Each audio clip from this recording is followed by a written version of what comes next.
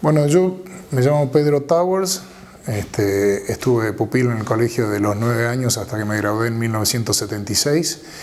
También fui director del colegio entre el 89 y el 92.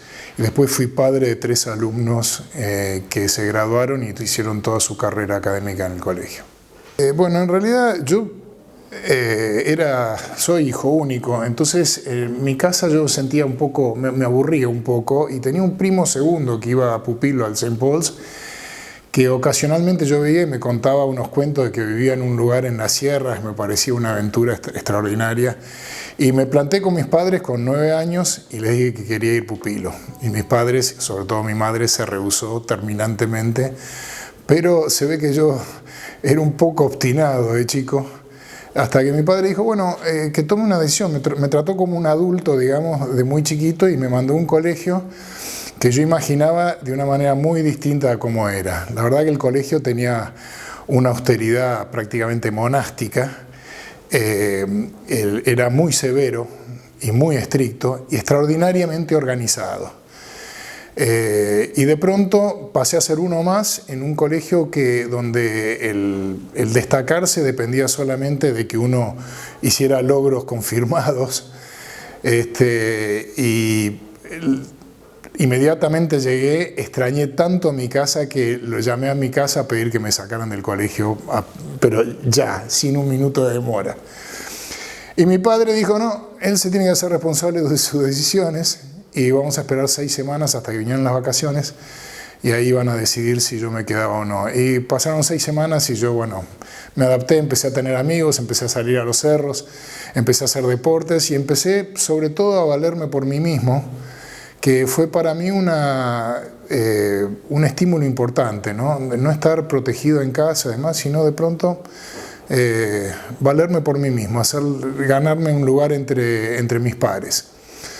Así que el primer año fue un poco duro, después me fui adaptando, y el colegio, hay que recordar que era un colegio para pupilos, varones solamente, y que de hecho hasta que uno estaba en la secundaria no podía salir del colegio.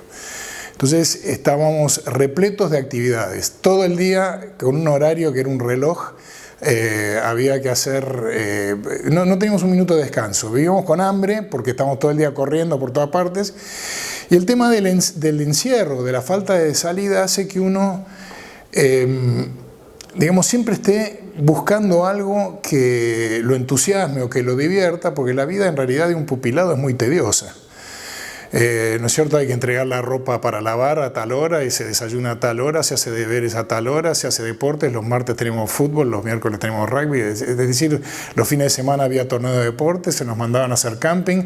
Vivíamos entonces inventando cosas para divertirnos, y jugando mucho en las sierras, atrás del colegio hacíamos fortificaciones, se armaban unas guerras de los frutos de los cipreses, que siempre terminaba alguno con un ojo en compota, uno terminó tuerto, de hecho, y había unas guerras que eran increíbles, siempre a espaldas de las autoridades del colegio, ¿no es cierto? De hecho, recuerdo una anécdota muy llamativa sobre eso, que es que nos llevaban a jugar al rugby a Córdoba. Entonces nos subían a un ómnibus y veníamos acá a los clubes de Córdoba, al Tala, la Tablada, el Córdoba Athletic, qué sé yo. Y siempre pasamos por Carlos Paz, y había una alfombra gigante, que en esa época estaban de moda. Y nosotros vivíamos encerrados, decíamos, pucha, qué lindo sería tirarnos por eso, nos parecía una cosa, y siempre era no, que llegamos tarde a los partidos, no, que tenemos que volver al colegio, siempre había una excusa para no parar. Y además, por supuesto, que llegábamos a algunos clubes de Córdoba y ni habían llegado los contrincantes, porque nadie tenía la organización que teníamos nosotros. Entonces un grupo de chicos de 6º grado decidió que si no les hacían lugar a su pedido de ir a la alfombra gigante, iban a construir una. Y subieron a un cerro atrás del colegio y se robaron el techo de chapa de un puesto, trajeron la chapa del cerro, hicieron un tobogán, ¿no es cierto? Que por supuesto que tenía algunas imperfecciones, y empezaron a aparecer tipos con tajos, pantalones rotos, ¿no es cierto? Porque el tobogán, por supuesto, que había que tirarse en un trineo de chapa, ¿no? Hasta que un día llegó una inspección de la Dirección de Institutos Privados de Córdoba, y vinieron una de esas maestras tan típicas de aquel entonces, ¿no es cierto? Yo me acuerdo con un rodete, ¿no es cierto? Unas señoras con unos anteojos así medios de gato, ¿no es cierto? Con una cadenita y de aspecto muy severo. Y claro, cuando salimos al recreo, desaparecimos todos al cerro porque inmediatamente el tobogán había que utilizarlo y por supuesto que primero uno se tira, se divierte, pero enseguida empieza una competencia, a ver quién se tira parado, a ver quién hace la pirámide humana, a ver quién baja más rápido. Y esta señora dijo, yo quiero ver cómo juegan los chicos en el recreo, porque le parecía importante ver eso. Y salió y no había nadie en el colegio. Y salió atrás el director del colegio y dijo, ¿dónde estarán estos desgraciados? Porque siempre estábamos pensando algo que no debíamos estar haciendo. Y de pronto se escuchó en el cerro y unos aplausos y qué sé yo, no sé qué había pasado. Y yo me acuerdo que yo estaba mirando, ahí por supuesto con todos una nube de tierra, y de pronto se apareció esta señora que dijo, yo voy a ver qué hacen los chicos. Y se apareció y nos miró y nosotros vimos que estaba el director atrás y dijimos, sonamos. Esto va a ser realmente terrible. Y había un santafesino que se llama Francis McAdam, un tipo de campo, que la miró y como teníamos siempre la impronta de tener buenos modales y ser considerados, le dice a la señora, ¿le gustaría tirarse, señora? No. Y esta mujer, que se ve que era una docente de alma y que había estado frente a un aula y conocía a los chicos, dijo, me encantaría. Yo no me acuerdo muy bien si lo hizo o no lo hizo. El asunto es que lo que nosotros pensamos que nos iba a costar la vida, en realidad terminó siendo fantástico, porque la mujer quedó muy impresionada con nuestra iniciativa y nuestro amor por la infancia. Y de hecho, si yo recuerdo algo de mi infancia en el colegio, es que en esa cuestión de encierro y demás que teníamos, las cosas chiquitas adquieren un valor fantástico. Las cosas lindas como llegar y ver que hay una carta de casa o una encomienda que mandaron, o ir de camping con los amigos, o jugar al rugby y ganar un partido. Me acuerdo que jugamos el primer partido de séptima división antes de que jugara Cuyo contra Córdoba en el Nacional, en la cancha de Córdoba Athletic, que estaba llena de público, y nosotros eso nos parecía como que éramos deportistas de primer nivel, ¿no? De hecho, me acuerdo que venían al colegio los equipos de rugby internacionales, Oxford, Cambridge, los Pumas vinieron a entrenar al colegio. Y para nosotros que tomamos el deporte era obligatorio hacer todo. Ningún chico podía decir, no, yo esto no lo hago. Había que hacer todas las pruebas y dedicarse al deporte con igual o más interés que para algunas materias. Para nosotros la competencia anual de atletismo del colegio era como ir a los Juegos Olímpicos. Se lo tomaban realmente en serio. De hecho, cuando yo terminé el colegio había dos exalumnos del equipo nacional de atletismo, uno fue capitán del equipo seleccionado de rugby de Chile durante muchos años, había deportistas que eran realmente de muy buen nivel. Entonces el deporte y la vida al aire libre eran gran parte de nuestro entretenimiento. Y tan es así que hoy, creo que son como 50 años después, yo todavía tengo el grupo de mis amigos que de la clase 76, vive uno en Canadá, dos en Estados Unidos, uno en Australia, uno en Nueva Zelanda, hay 2 o 3 que viven acá en Argentina. Todavía nos juntamos una vez por año y hacemos una expedición a algún lugar. Subimos al Champaquí, después nos fuimos al Tronador, fuimos a caminar a Torres del Paine. Este año, cuando nos dejen, nos reuniremos para hacer una parte de la huella andina en el Parque Nacional Lanín, así que todavía estamos caminando, todavía nos sentamos a tomar algo juntos y a charlar, no solo de cosas del colegio, hemos sido amigos toda la vida, y todavía cuando uno tiene algún problema y demás, los demás salimos a echarle una mano si podemos o ponerle el hombro, qué sé yo. Así que recuerdo muchas anécdotas, y la verdad es que dentro de la severidad del colegio y del trabajo inhumano que era, en aquel entonces no se suponía que el sacrificio era un sinónimo de sufrimiento. Se consideraba el sacrificio, tanto en el estudio como en el deporte, como algo positivo, como algo que uno lo ayudaba a generar voluntad y a sobreponerse, y de hecho muchos exalumnos del colegio persiguieron carreras inesperadas, hicieron cosas que fueron fuera de lo común, porque se consideraba en el colegio que era importantísimo ser extremadamente disciplinado, pero se consideraba una muy mala costumbre ser gregario. O sea, no se esperaba que uno opinara como los demás, uno tenía que tener una opinión propia y ser disciplinado en ese sentido, de decir, bueno, yo creo esto y fundamentarlo, ¿no? Pero es curioso porque uno llegaba al colegio y inmediatamente empezaba a tener responsabilidades del colegio. El primer palo del gallinero cuando uno llegaba era ser tío de un alumno nuevo.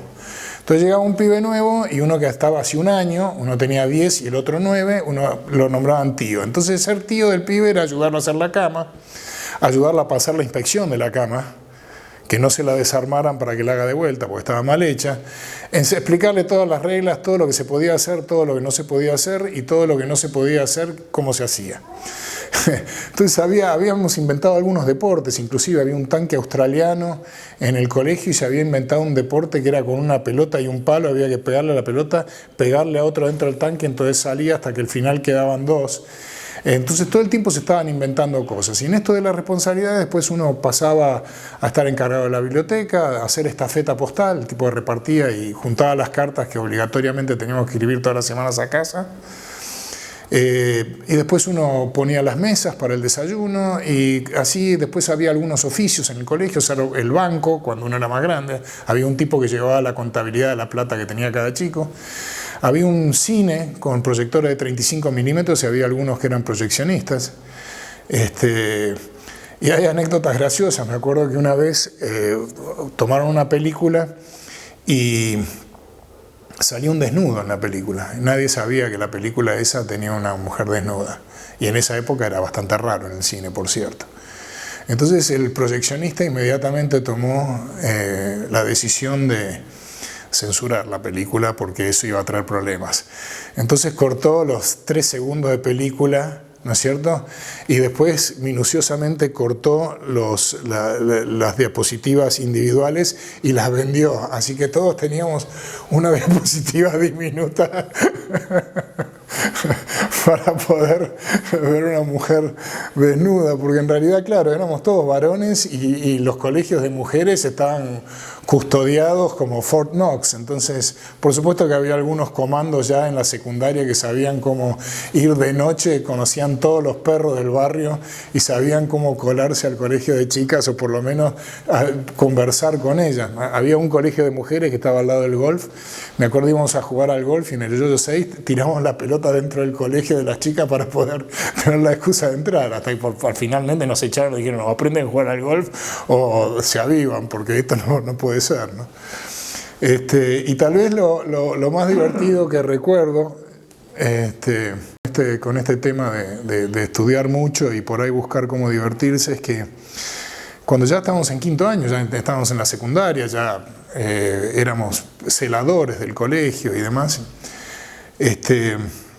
yo y un compañero mío que vive en Australia estábamos estudiando para dar un examen en la Universidad de Cambridge y estudiamos química con el doctor Aldo Páez, que era realmente una eminencia. Teníamos profesores extraordinarios en el colegio.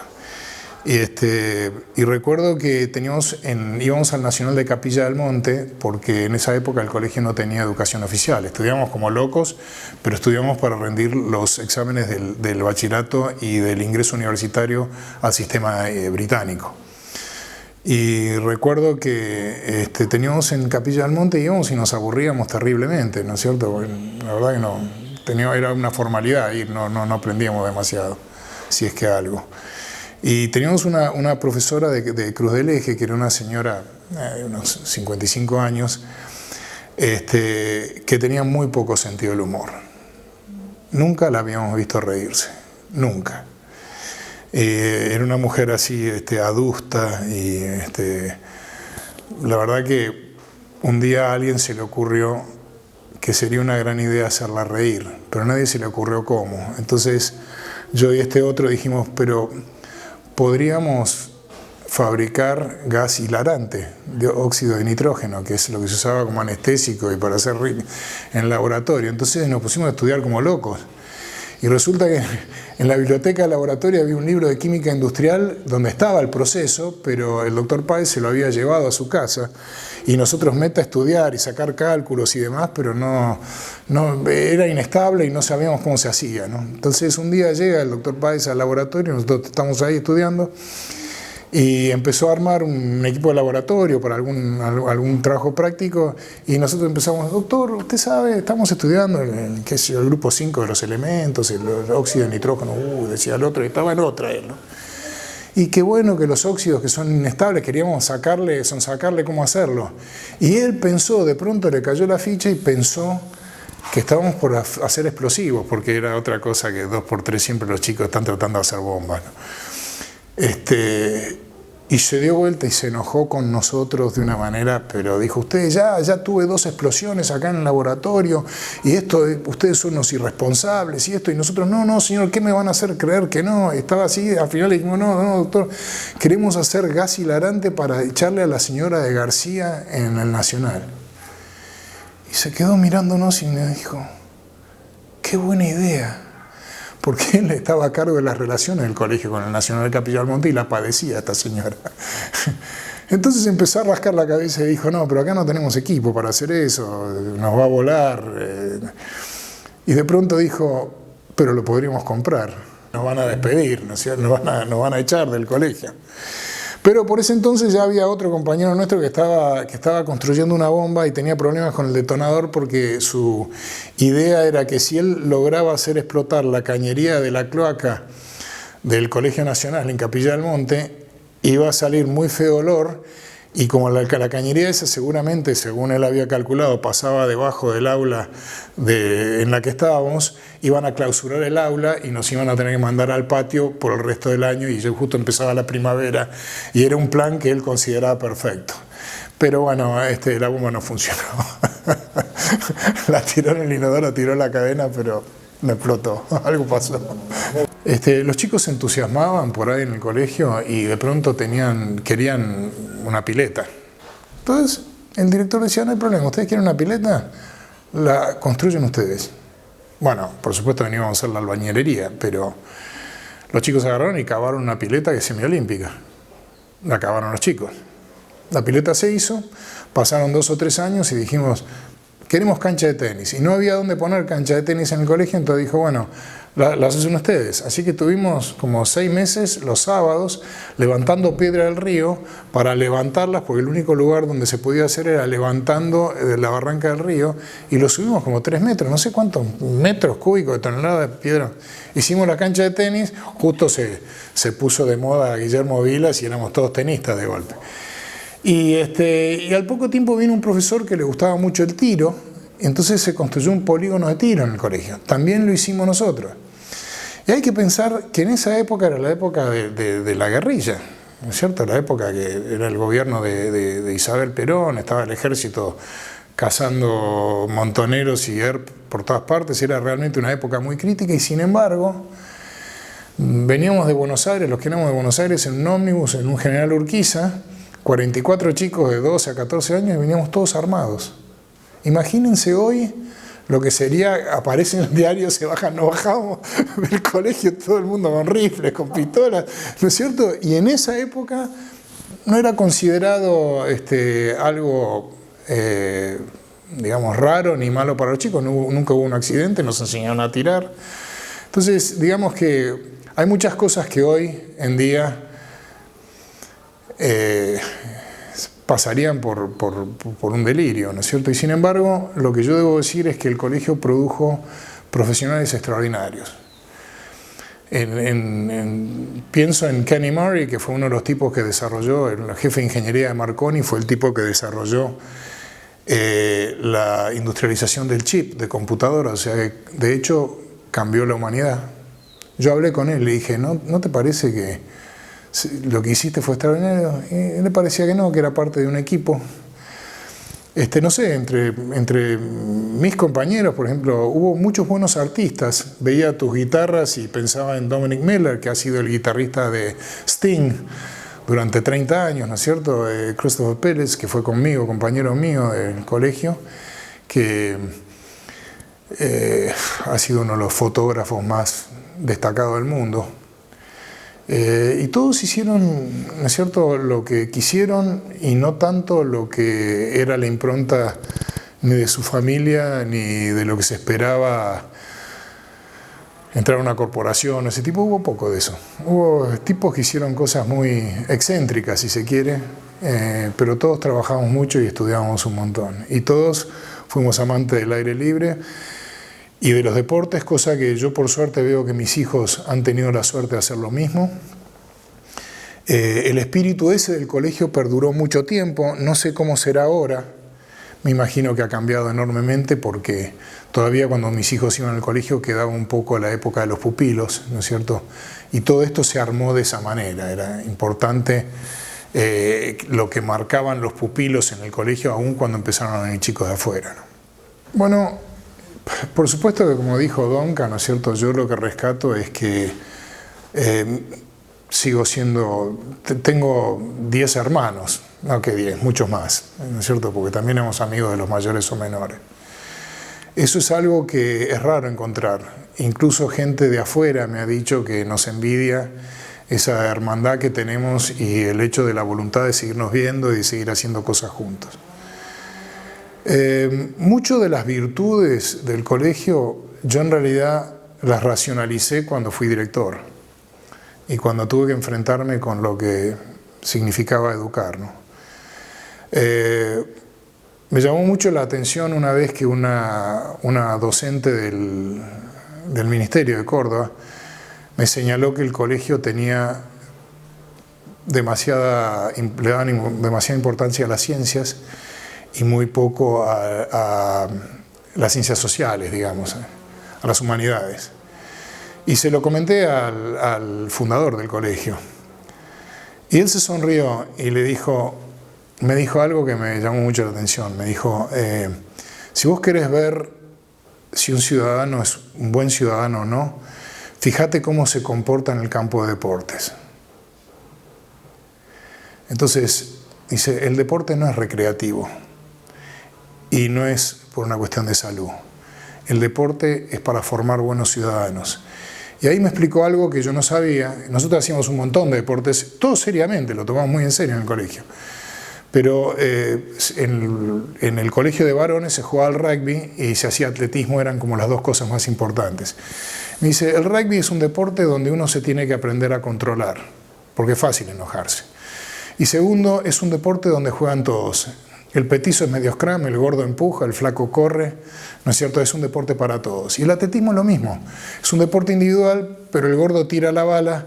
Bueno, no había un solo gordo en el colegio, pero digamos el fortacho tira la bala. Hay uno que corre fondo, otro que salta, otro que es velocista. Entonces, uno ahí se supera de manera individual. Entonces, eso fue una de las cosas que me llamó la atención. Y lo otro es que en el tema, como el colegio era un pupilo, los padres delegaban en el colegio la formación de los chicos. Y un colegio produce exalumnos. No es lo que un colegio vende. Un colegio vende los contactos, los laboratorios, el campo de deportes, su tradición, todo eso que los padres van, les gusta y lo compran. Pero lo que un colegio produce son exalumnos. Si uno quiere saber si un colegio es bueno o malo, tiene que ver cómo les va a los exalumnos. Y por lo menos en los años que yo fui alumno y fui director, ahora no digo lo contrario, porque directamente no lo conozco, pero en los años que yo participé en el colegio, una auditoría externa del colegio, es decir, las universidades o los pares, indicaban que el colegio producía una formación realmente excepcional. Y creo que en eso se basa el prestigio que todavía acarrea el colegio. Así que, en lo personal, debo decir que supongo que hubiera sido un malcriado insoportable y solamente fui insoportable. Pero tengo grandes amigos, hermanos, y tuve una formación académica extraordinaria y de hecho me ayudó mucho el hecho de ser bilingüe. En el colegio estaba prohibido hablar castellano, prohibido. Y hubo chicos que entraron que no hablaban inglés y se callaron la boca. Pienso en un compañero mío, Raúl Sigren, padrino de una de mis hijas, que entró y se rehusó a hablar hasta que empezó a hablar inglés. Él ahora tiene una empresa monstruosa de servicio de ingeniería donde es representante de empresas de Estados Unidos y todo lo demás, y dice, sí, la ingeniería me sirvió mucho, pero lo que más me sirvió fue hablar inglés como primer idioma. Así que creo que a eso debe el colegio su prestigio y su buena reputación, y francamente me encantaría pensar que la gente apunta a esa calidad aún dentro de un mundo que ha cambiado mucho en algunos valores.